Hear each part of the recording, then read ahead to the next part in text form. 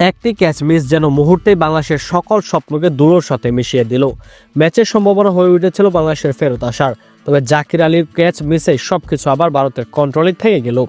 ভারতের 4 উইকেটের পতনের পর যখন তাদের প্রয়োজন ছিল 83 বলে 63 রান, তখন বাংলাদেশের সামনে সুযোগ এসেছিল কেএল রাহুলকে সাজঘরে ফিরিয়ে দেওয়ার, কিন্তু তাসকিন আহমেদের করা বলে সেই ক্যাচ মিস করে বসলেন জাকির আলী। এর আগে চাপের মুখে তৌহিদ হৃদয়ের মান বাঁচানো সেঞ্চুরিতে ভারতের বিপক্ষে সবকটি উইকেট হারিয়ে বাংলাদেশ পেয়েছিল 228 রানের সংগ্রহ। দুবাই আন্তর্জাতিক স্টেডিয়ামে টস জিতে আগে ব্যাটিংয়ের সিদ্ধান্ত নেন নাজমুল হোসেন শান্ত। তাতে অবশ্য নাখোশ ছিলেন না ভারতীয় অধিনায়ক রোহিত শর্মা, কারণ আগে ফিল্ডিংই নিতে চেয়েছিলেন তিনি। বোলাররাও শুরুতে তাকে হতাশ করলেন না। 35 রানে 5 উইকেট হারিয়ে ফেলে বাংলাদেশ। আসা যাওয়ার মিছিলে যুক্ত হন ওপেনার সৌম্য সরকার, নাজমুল হোসেন শান্ত, মেহেদী হাসান মিরাজ, ওপেনার তানজিদ হাসান তামিম ও মুশফিকুর রহিম। পাওয়ার প্লেতে রান হয় মাত্র 39। তখন 6ষ্ঠ উইকেটে চ্যাম্পিয়ন্স ট্রফিতে রেকর্ড গড়া জুটি করেন জাকির আলী ও তৌহিদ হৃদয়।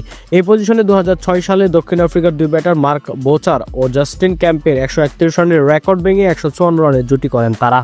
43তম ওভারে জাকের আউট হলে রেকর্ড গড়া জুটিটি ভাঙে। ভারতীয় পেসার মোহাম্মদ সামিকে উড়িয়ে মারতে গিয়ে কোহলির হাতে ক্যাচ হন ডানহাতি টাইগার এই ব্যাটার। তার আগে 114 বলে 4 বাউন্ডারিতে 68 রান করেন জাকির আলী। দুটি ছক্কা হাঁকিয়ে রানের গতি বাড়িয়ে দেন রিশাদ হোসেন। 12 বলে 18 রান করে হার্দিক পান্ডিয়ার হাতে ক্যাচ হন তিনি। অপর প্রান্তে ওয়ানডে ক্যারিয়ারের প্রথম সেঞ্চুরি পূর্ণ করেন হৃদয়। 114 বলে 3 অঙ্কের ম্যাজিক ফিগার স্পর্শ করেন তিনি। এরপর আরও 4 বল খেললেও কোনো রান যোগ না করে শামিমের বলে আউট হন তৌহিদ হৃদয়। অর্থাৎ 118 বলে 100 রান করেন তিনি, যার ফলে 228 রানের সংগ্রহ পায় বাংলাদেশ দল। কিন্তু বাজে ফিল্ডিং এর কারণে ম্যাচে তেমন কোনো দাপটি দেখাতে পারেনি বাংলাদেশ।